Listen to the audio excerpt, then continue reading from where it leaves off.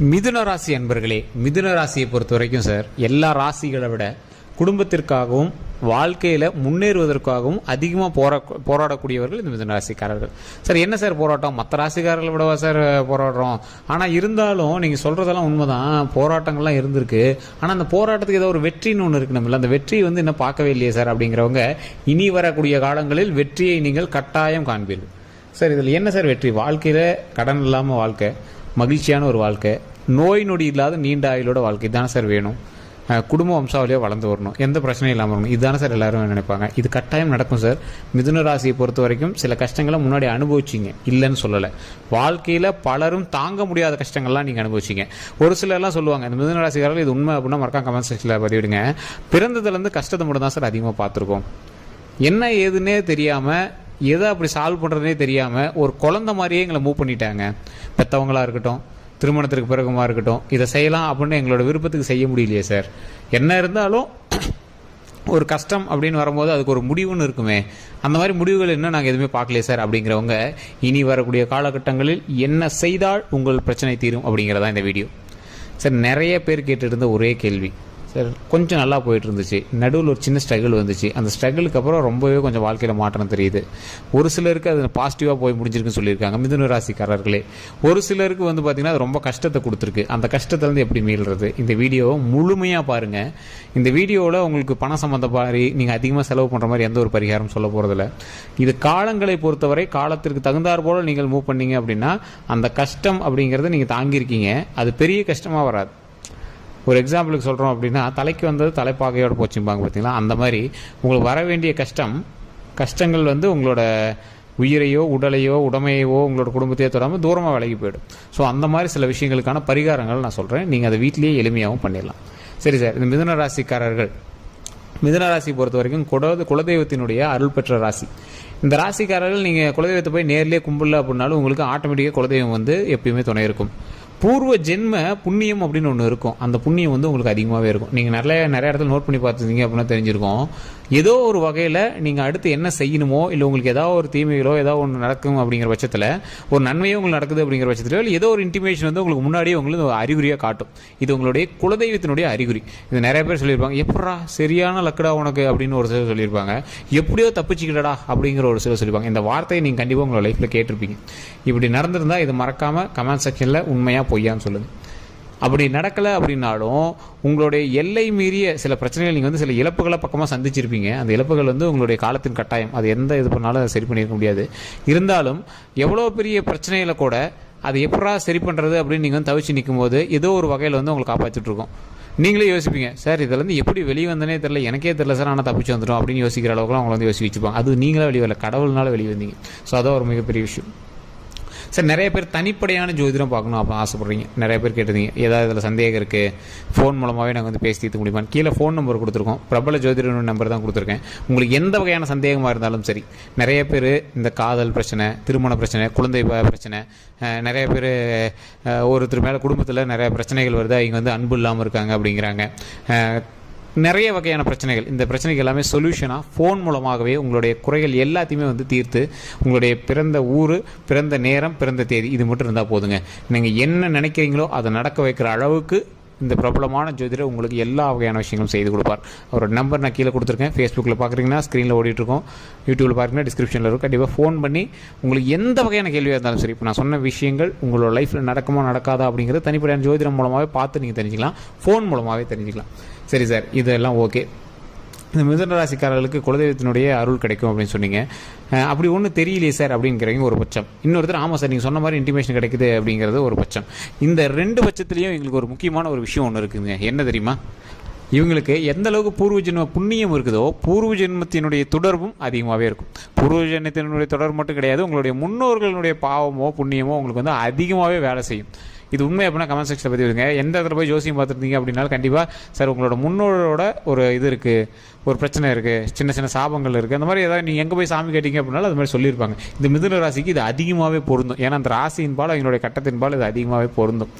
காரணம் என்ன அப்படின்னா, உங்களுக்கு குலதெய்வத்தினுடைய ஆசையும் அதிகமாக இருக்குது. அதான் இப்போ ஒரு எக்ஸாம்பிளுக்கு சொல்கிறேன்னே, ஒருத்தர் ஒரு பிடிக்காத ஒரு விஷயத்தை பிடிச்சிவிட்டீங்க அப்படின்னா அது தப்பாக இருந்தாலும் சரி, சரியாக இருந்தாலும் சரி, உங்களை ஒரு ஆட்டி தான் வைக்கும். அது மாதிரி முன்னோர்களினுடைய பாவமும் சரி புண்ணியமும் சரி உங்களுடைய வாழ்நாள் முள்ளாக உங்களை வந்து ஒரு நன்மையோ பாவமோ அது வந்து உங்களே தான் சுற்றிட்டு இருக்கும். உங்களை அண்ணன் தம்பி இருக்காங்க அப்படின்னா கூட அவங்கள கூட அதிகமாக பாதிச்சிருக்காது, உங்களை தான் அதிகமாக பாதிச்சிருக்கும். ஏன் அப்படின்னு கேட்டிங்கன்னா, நீங்கள் வந்து ஃபேவரட் பர்சன், கடவுளுக்கே நீங்கள் வந்து ஃபேவரட் பர்சன், அதனால தான் உங்களை வச்சு செய்வார். இவங்களுக்கு வரக்கூடிய நாட்களில் ஒரு மிகப்பெரிய ஜாக்பாட் அப்படின்னு சொல்லலாம். சார் என்ன சார் ஜாக்பாட்டு? நிறைய பேர் சொல்கிறாங்க உங்களுக்கு ஒரு லக் இருக்குது பரவாயில்லங்கிறாங்க, ஒரு சிலர் வந்து டைம் கொஞ்சம் இதாக இருக்குது அப்படிங்கிறாங்க. இது எதை வச்சு சார் நாங்கள் வந்து இந்த வீடியோ பார்க்குறது அப்படிங்கிறீங்க. நீங்கள் தனிப்படையான ஜோதிடம் பார்த்துருப்பீங்க, கீழே ஃபோன் நம்பருக்கு நீங்கள் வேணால் தனிப்படையான ஜோதிடம் பாருங்கள். அப்படி பார்க்கும்போது உங்களுடைய தசாபுத்தி வந்து கரெக்டாக இருக்குது அப்படிங்கிற பட்சத்தில் உங்களுக்கு இப்போ ஜாக்பாட் அடிக்கிற டைம் இல்லை சார்.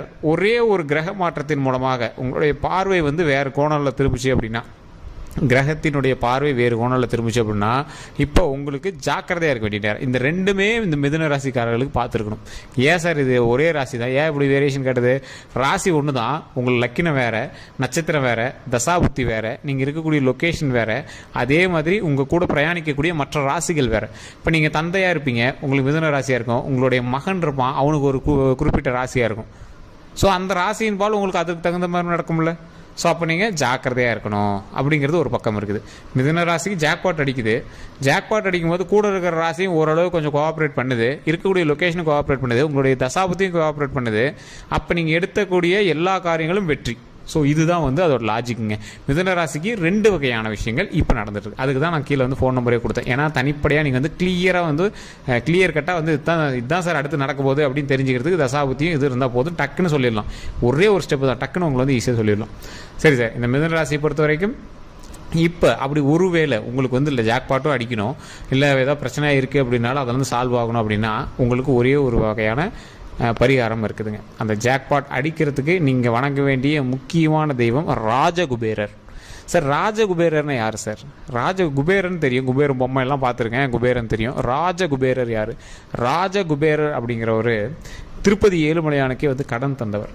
ஸோ இந்த ராஜகுபேரரை வணங்கும் போது உங்களுக்கு அதிர்ஷ்டம் அப்படின்னு ஒன்று அடிக்கும். நீங்கள் எப்படி அதிர்ஷ்டம் அப்படின்னா, ஏதோ ஒரு நீங்கள் வந்து ஒரு காய்க்கு குறி வச்சா, ஒரு கல்லுக்கு குறி வச்சா, ஒரு கல் எடுத்து ஒரு மாங்காய் குறி வச்சா 3 மாங்காய் விழுவும். அந்த மாதிரி ஒரு லக்கு நீங்கள் எதிர்பார்க்காத ஒன்று கிடைக்கும். ஸோ அந்த மாதிரி எங்கேயாவது நீங்கள் கோவிலில் பரிசு சீட்டு போட்டிருப்பீங்க, திடீர்னு உங்களுக்கு ஏதாவது ஒரு ப்ரைஸ் விழுவோம். ஏதாவது ஒரு தொழில் மூலமாக நீங்கள் ஏதாவது ஒன்று பண்ணணும்னு நினச்சிருப்பீங்க, நீங்கள் எதிர்பாராத அளவுக்கு லாபம் அதில் அதிகமாக வந்திருக்கும். வேறு ஏதாவது ஒன்று ட்ரை பண்ணணும்னு நினச்சிருப்பீங்க, ஆனால் அது கிடைக்குதோ இல்லையோ நீங்கள் எதிர்பாராத அளவுக்கு வேறு ஒரு கான்டாக்ட்ஸ் உங்களுக்கு கிடைக்கும். ஸோ இந்த மாதிரி நிறைய வகையால் உங்களுக்கு வந்து லக்கு வந்து லக்குக்கு மேலே லக்காக அடிக்கக்கூடிய ஒரு நேரமாகவும் இருக்குது. இன்னொரு பக்கம் ஜாக்கிரதையாக இருக்க வேண்டிய நேரமாக இருக்குது. அந்த ஜாக்கிரதையாக இருக்க வேண்டிய நேரம் எதுக்கு? வண்டி வாகனங்கள், சண்டை சச்சரவுகளில், குடும்ப ரீதியான பிரச்சனைகளில் கொஞ்சம் ஜாக்கிரதையாக இருக்கணும். இதை தெளிவாக தெரிஞ்சுக்கணும் அப்படின்னா நீங்கள் கண்டிப்பாக நீங்கள் வந்து தனிப்படையான ஜாதகம் பார்க்கணும். தசாபுத்திகள் சரியாக இருந்தது அப்படின்னா மிதுன ராசிக்காரன் மாதிரி இந்த கொஞ்ச நாளில் ஹைலைட் அடிக்கிறோம் எவனுமே கிடையாது. தசாபுத்தி கொஞ்சம் பார்வை வந்து வேறு பக்கம் திரும்பிச்சு அப்படின்னா கஷ்டங்கள் ஓரளவுக்கு கொஞ்சம் பார்த்து பக்குவமாக வந்துட்டோம் அப்படின்னாவே போதும், பெரிய கஷ்டங்கள்லாம் வராது. ஸோ அதை வந்து தெளிவாக முன்னாடி சொல்லிடுறேன். அதுக்கு தான் தனிப்படையாக ஜாதகத்தை தெளிவாக பார்த்துருக்கேன். வேணும் அப்படின்னா கீழே நம்பருக்கு தனிப்படையாக பார்த்துவோம். நீங்கள் இது விளம்பரமாக நினச்சாலும் சரி, ஏன்னா வீடியோவில் நம்ம சொல்லிட்டோம் மிதுன ராசி ஜாக்பாட் அடிக்குது, இது அடிக்குது, எப்படி 2 நடக்கும் அப்படின்னு கேட்குற கேள்விகள் தான் உங்களுக்கு அதிகமாக இருக்கும். ஸோ அதனால தான் தெளிவாக சொல்கிறோம். அதே மாதிரி இந்த மிதுன ராசிக்காரர்கள் இந்த ராஜகுபேரரை வணங்கும் போது, ஜாக்பாட் அடிக்கணும் அப்படிங்கும்போது ராஜகுபேரரை வணங்கும் போது ஓம் ராஜகுபேரரே நமக, ஓம் ராஜகுபேரரே நமக, ஓம் ராஜகுபேரரே நமக. ஓம்ங்கிறது பிரபஞ்ச மந்திரம், ராஜகுபேரருங்கிறது மிகப்பெரிய ஒரு செல்வத்தினுடைய அதிபதி அப்படின்னு சொல்கிறோம். ஸோ அந்த செல்வத்தினுடைய அதிபதியை சொல்லி நமக அப்படிங்கிறத ஒரு வாழ்த்தி கூப்பிட்றது.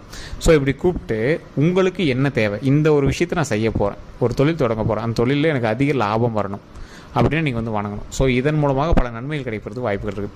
அதே மாதிரி ஓம் துர்க்கை அம்மனை போற்றி, ஓம் துர்க்கை அம்மனை போற்றி, ஓம் துர்க்கை அம்மனை போற்றி அப்படின்னு கட்டாயம் கமெண்ட் செக்ஷனில் 3 டைம் பதிவிடுங்க. வீட்டில் ஃப்ரீ டைம்லலாம் இருக்கும் போது கண்டிப்பாக இந்த இறைவனை பேரை சொல்லி ஓம் துர்க்கைமனை போற்றி, ஓம் துர்க்கைமனை போற்றி, ஓம் துர்க்கைமனை போற்றி அப்படின்னு 3 டைம் கண்டிப்பாக ஃப்ரீ டைமில் இருக்கும்போது கண்டிப்பாக சொல்லுங்கள். அப்படி இல்லைனா, இல்லை சார் நான் நிறைய டைம் கூட சொல்கிறேன், 11 டைம் சொல்லுங்கள். தினம் 11 டைம் சொன்னால் ரொம்பவே நல்லது. ஃப்ரீ டைமில் இருக்கும்போது 3 டைம் சொல்லுங்கள். இதை சொல்லிவிட்டு எந்த பிரச்சனையும் வராமல் எங்களை பார்த்துக்கணும், நீண்ட ஆயுளும் உடல் ஆரோக்கியமும் எங்களுக்கு கொடு அப்படின்னு கண்டிப்பாக இறைவனை வணங்குங்க. மிகப்பெரிய நன்மை கிடைக்கும். பல பிரச்சனைகளிலிருந்து கடவுள் அதை சரி பண்ணி கொடுப்பார், எந்த பிரச்சனையும் வராமல் சரி பண்ணி கொடுப்பார். துர்க்கை அம்மன் வந்து இந்த மாதிரி பிரச்சனைகள்லாம் ஒரு சரி பண்ணி கொடுக்க வேண்டிய ஒரு முக்கியமான தெய்வம். மிகப்பெரிய அருள் பெற்றவர். ஸோ அந்த அம்மனை வணங்குனீங்க அப்படின்னா எந்த ஒரு மரண பயமும் இருக்காது, எந்த பிரச்சனையும் இருக்காது. உடல் ரீதியாக நல்ல பலன் கிடைக்கும், நல்ல பலன் கிடைக்கும். அதே மாதிரி உயிர் ரீதியாக நல்ல ஆயுள் கிடைக்கும். ஸோ இது எல்லாமே துர்க்கை அம்மன் நமக்கு நல்ல விஷயமே நமக்கு வந்து தருவார். ஸோ இதான் வந்து துர்க்கை அம்மன் வழிபாட்டுக்கான ஒரு முக்கியமான விஷயம்.